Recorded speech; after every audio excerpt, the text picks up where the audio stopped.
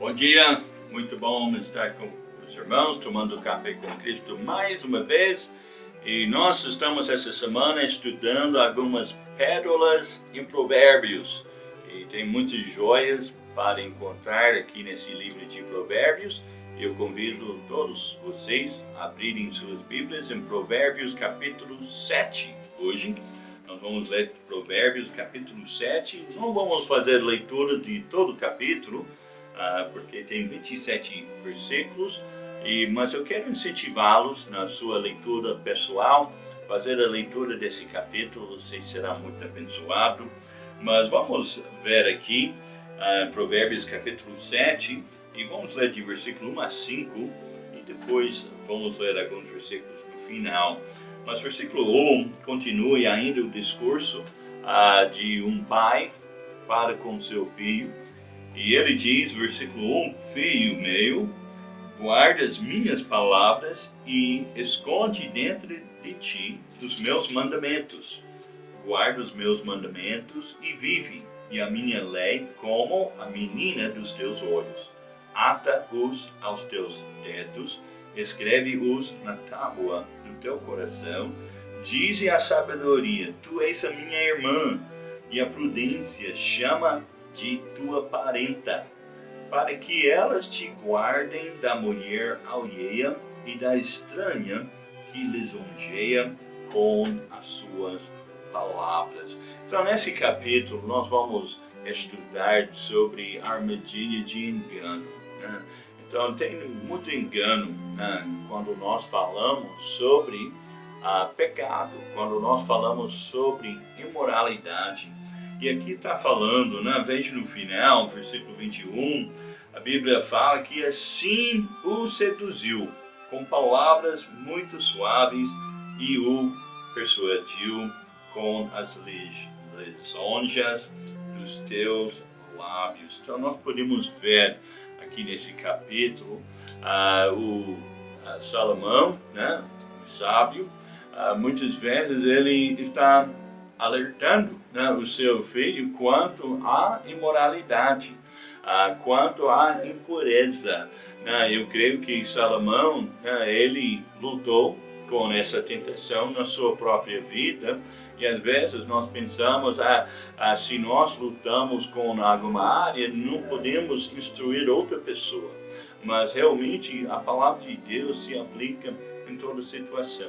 E nós podemos ensinar os seus ensinamentos. Salomão, mesmo tendo essa mesma luta, ele estava alertando os seus filhos, porque eles não queriam que eles caíssem na mesma armadilha, né, que destruiu a vida dele. E capítulo 7 dá seguimento ao alerta contra a tentação e a imoralidade. E realmente o inimigo, ele tem muitas armadilhas para atrapalhar a vida do crente e destruir o seu testemunho. O sábio Salomão, ele conta aqui que ele viu da janela da minha casa, olhando eu por minhas frestas. Eu vi entre os simples, descobri entre os moços, um moço falta de juízo. Então, como a casa dele ficava no alto, né? É bem possível que ela assistiu essa própria cena. Ele viu um rapaz sem juízo andando na cidade, né, que nem desligado, né? E ele mal sabia que ele estava passando perto de uma armadilha. Então ele passou naquela armadilha, ele caiu, né? E veja o versículo 25, ele diz, não se desvie para os caminhos dela o teu coração, e não te deixes perder nas suas veredas. Então, como todo pecado, todo problema, né, começa no coração. Nós temos problemas de saúde ligados ao coração, e esses problemas são muitos, né? Pressão alta, colesterol, também muitos perigos, né, do coração, muitos perigos físicos, né?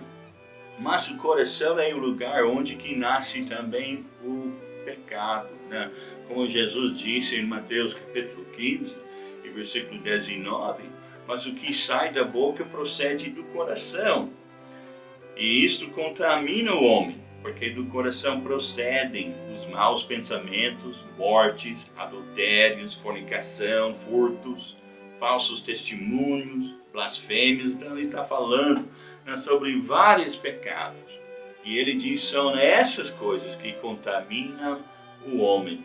Mas comer sem lavar as mãos, isso não contamina o homem. Então os fariseus estavam preocupados, né, em lavar as mãos, enquanto Jesus diz, você deve estar mais preocupado em cuidar do seu coração, né, guardar o seu coração, porque dele procede a fonte da vida, né? Então Satanás, ele era um querubim no céu, num lugar perfeito, mas a Bíblia diz, mesmo estando num lugar perfeito, ele caiu quando achou iniquidade em seu coração. Então ele queria receber adoração ao invés de adorar a Deus. Ele queria dividir essa glória que só pertence a Deus. Ele queria receber para si mesmo. O pecado que nasceu no coração dele era o pecado de orgulho.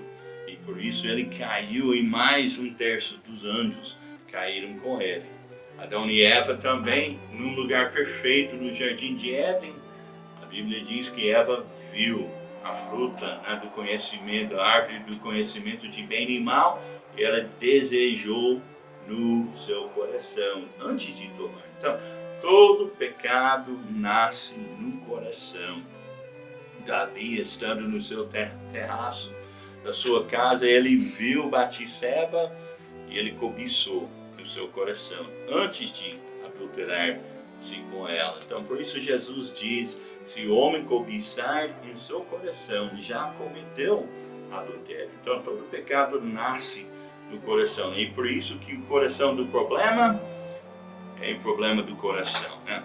E com isso, Salomão, apesar de reconhecer o perigo da mulher sedutora, ainda dá responsabilidade para o servo de Deus, no sentido de se manter santo, protegendo o seu coração. Então, não pode lançar toda a culpa sobre essa mulher. Então, o servo de Deus também tem a responsabilidade de guardar o seu coração.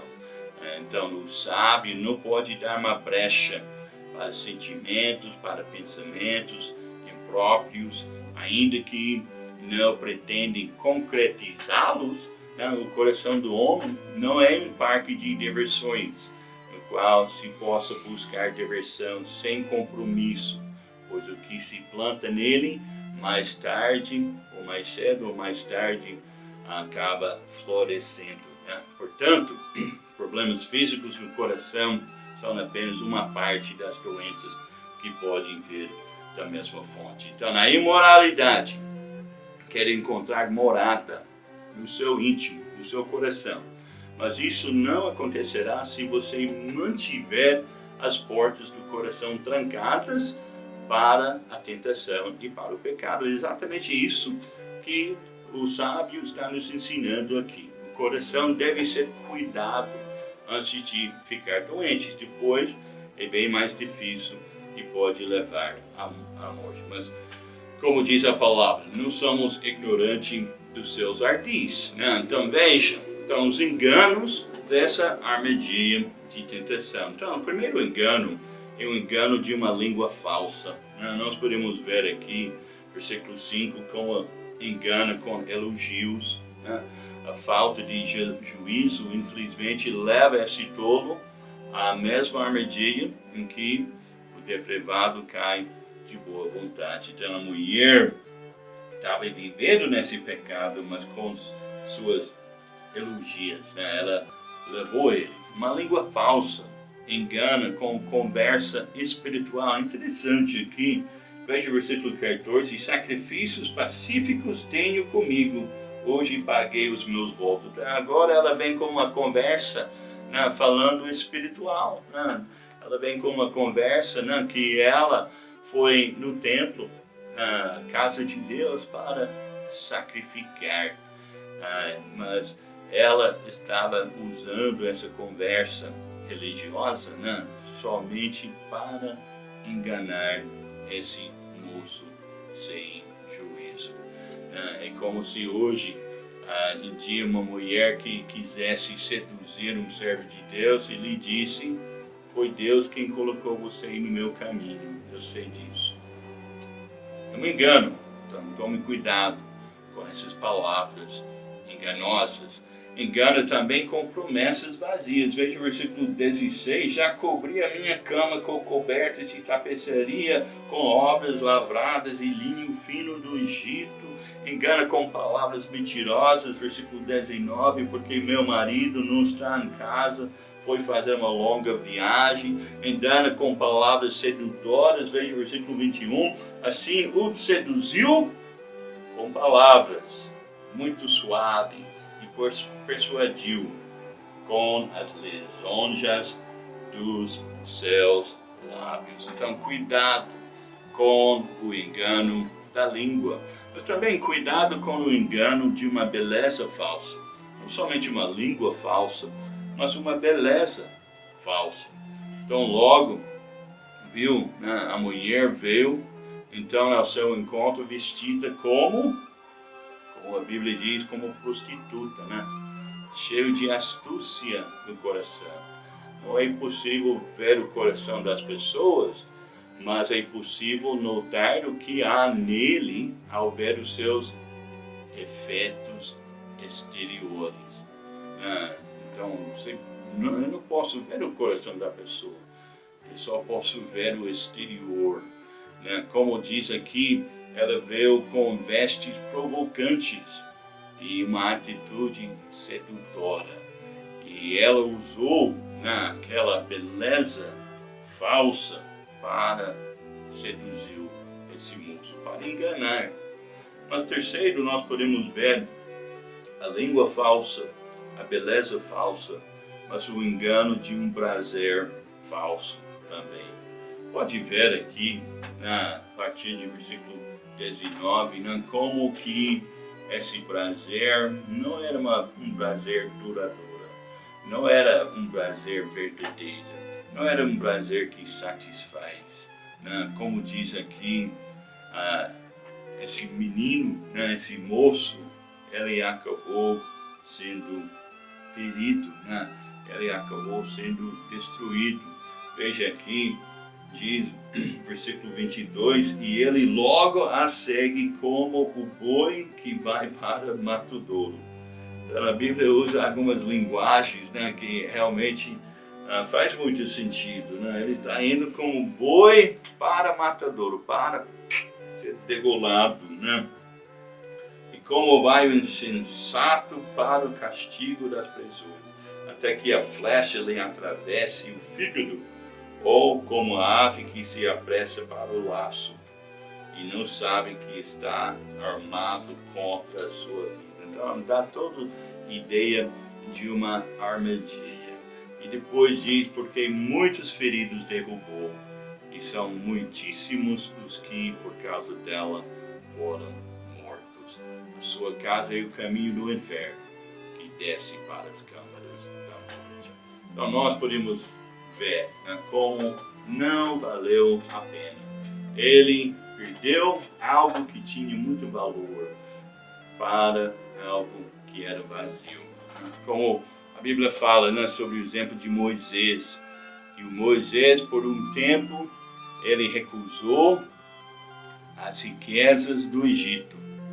Ele recusou por um tempo aquele prazer, aquele gozo do pecado, para ficar com o povo de Deus. Por quê? Porque ele tinha em vista a recompensa maior de ficar ao lado de Cristo.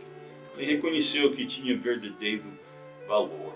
Infelizmente, eu lembro de uma história de um senhor, certa vez, fazendo visita para um asilo, para lugar para idosos, e conversando com um velhinho ali, um senhor amargurado, um senhor triste, e ele tinha uma linda família, segundo ele tinha uma família, tinha uma empresa próspera, sendo um homem influente na sociedade, e ele falou que ele era feliz. E certo dia ele contratou uma secretária muito bonita e bem mais jovem que ele, e ele se envolveu com essa moça. Ele fez um caso com ela. Ele acabou abandonando a sua família e ignorando a sua empresa. A esposa chegou a um certo ponto, ela pediu o divórcio e ele teve que se desfazer da sua empresa. E durante algum tempo ele viveu achando que havia encontrado a felicidade, até que um dia que ele perdeu a saúde, ele ficou doente. O seu novo amor, sua amante, ela não teve nenhuma disposição de cuidar dele. E abandonando esse senhor, e assim que seu dinheiro acabou, ela também foi embora. E essa mulher, os filhos nunca o perdoaram, e ele vivia seus dias finais sozinho e triste. E quando ele estava contando a história dele, com choros, ele diz: eu tinha tudo que alguém poderia desejar, eu joguei fora, porque eu fiz isso, porque eu fiz isso. Ele só ficou balançando a cabeça. Ele tinha tudo que alguém poderia desejar e jogou fora. Temos que reconhecer o valor do que nós temos antes de cair na armadilha de engano, de imoralidade. Que Deus nos alerta e nos dá sabedoria para seguir esses conselhos. Que Deus abençoe os irmãos. Tenham um bom dia. Vamos ouvir a música e vamos orar e refletir na palavra.